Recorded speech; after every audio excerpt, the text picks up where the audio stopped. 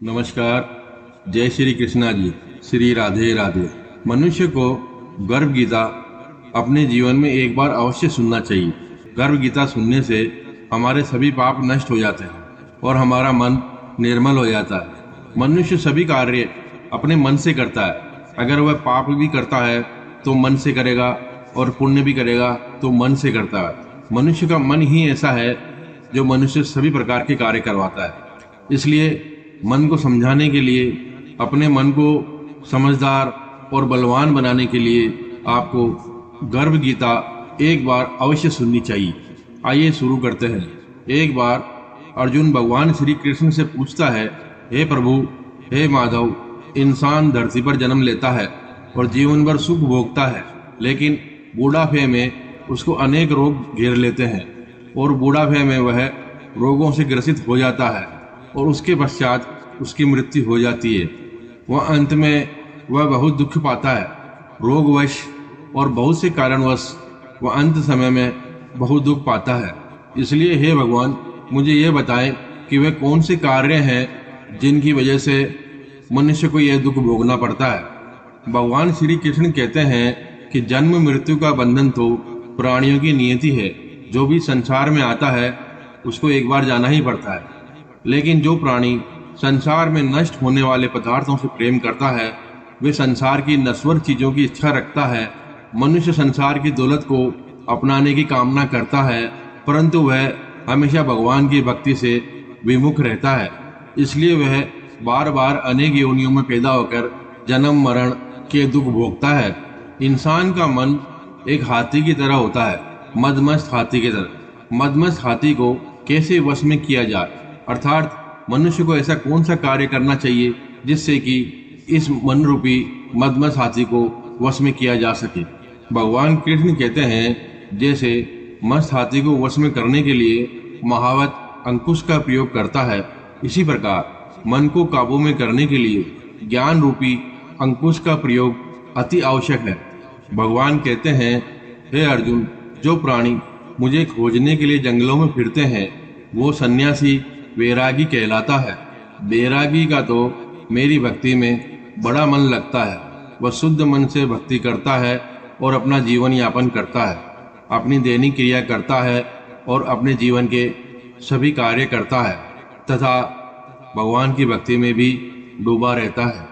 लेकिन जो मनुष्य प्रेम नहीं, अपने अहंकार में डूबे हुए रहते हैं और सोचते हैं कि जो कुछ भी हो रहा है मेरी वजह से हो रहा है, या मैं कर रहा हूँ, या यह सब मैंने ही किया है, जो कुछ भी पाया है वह मैंने मेरे बल पे पाया है, इस तरह का अहंकार करने वाला मन से कभी शुद्ध नहीं हो सकता। जो मनुष्य काम, क्रोध, मोह, लोभ, अहंकार से परे रहते हैं, मैं उन्हें दर्शन देता हूँ। मैं कभी यह नहीं देखता कि कौन इंसान गरीब है या कौन इंसान राजा है या कौन बड़े पद पर प्रतिष्ठित है।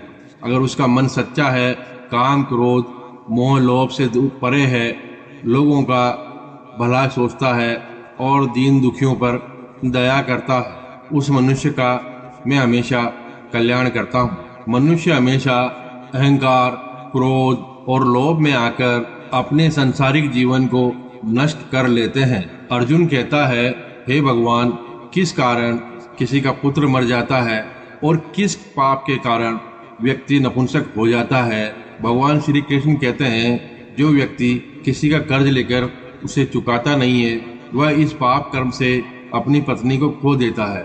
जो किसी की अमानत को लेकर अमानत वापस नहीं लौटाता है उसके पुत्र मर जाते हैं। जो किसी व्यक्ति की सहायता करने का वचन देकर भी समय पर उसकी सहायता नहीं करता है वह व्यक्ति नपुंसक हो जाता है। वो व्यक्ति हमेशा रोगी रहता है। जो गलत प्रकार की बातें करता है, विषय विकार में रहता है, मदिरा पान करता है, तो वह व्यक्ति अगले जन्म में गधे का जन्म पाता है। अब अर्जुन कहते हैं कि हे भगवान, आपने किसी को तो बहुत सुंदर बनाया, किसी को बहुत बलवान बनाया और किसी को शरीर से रोग ग्रसित बनाया, यानी कि किसी को अंधा बनाया, किसी को पंगु बनाया, किसी को लंगड़ा बनाया। इसका कारण क्या है और यह रोग होते क्यों हैं? भगवान बताने की कृपा करें। भगवान कृष्ण कहते हैं, हे अर्जुन, जो प्राणी मेरी भक्ति से विमुख होकर माया में लिप्त हो जाते हैं वे क्रोधी, रक्त विकारी और चर्म रोगों से ग्रसित होते हैं। जो स्त्री अपने पतिव्रता धर्म का पालन नहीं करती है वह भी आगे जाकर चर्म रोगों से ग्रसित होकर उसकी सुंदरता खंड खंड हो जाती है। अर्जुन कहते हैं, हे भगवान, गुरु दीक्षा के बारे में भी कुछ बताने की कृपा करें, मुझे गुरु की महिमा के बारे में भी बताएं।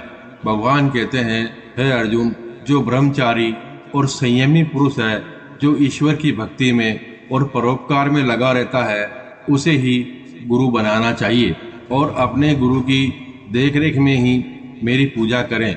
गुरु कृपा से विमुख हुआ प्राणी, उसका मुख देखना भी पाप होता है। जो गुरु की भक्ति है वही मेरी भक्ति है, जो गुरु का भक्त है वह मेरा भी भक्त है। गुरु दीक्षा के बिना प्राणी का उद्धार संभव नहीं होता है, इसलिए हर मनुष्य को गुरु दीक्षा अवश्य लेनी चाहिए। गुरु दीक्षा से ही उसका कल्याण होगा, गुरु दीक्षा से ही उसे ज्ञान प्राप्त होता है, गुरु दीक्षा से ही उसे यह जानकारी मालूम होती है कि कैसे भगवान का भजन किया जाए, कैसे परोपकार में लगा जाए, कैसे लोगों का भला किया जाए। यह सभी गुरु दीक्षा से ही प्राप्त होता है। जो मनुष्य गुरु दीक्षा लेता है तथा गुरु की बातों पर अमल करता है, गुरु की बातों का ध्यान देता है, वह मनुष्य जीवन में कभी भी दुखी नहीं होता है तथा अपने जीवन के सभी सुख भोग कर स्वर्ग की प्राप्ति होती है। भगवान श्री कृष्ण के मुखारविंद से इस प्रसंग को अर्जुन ने बड़े ध्यान से सुना। इसी कारण इस पाठ का नाम गर्भ गीता है। इस प्रसंग को पढ़ने और सुनने से व्यक्ति को पुण्य का फल मिलता है तथा उस व्यक्ति पर सदैव भगवान श्री कृष्ण की कृपा बनी रहती है। ये वीडियो आपको अच्छा लगा हो तो कृपया लाइक करें,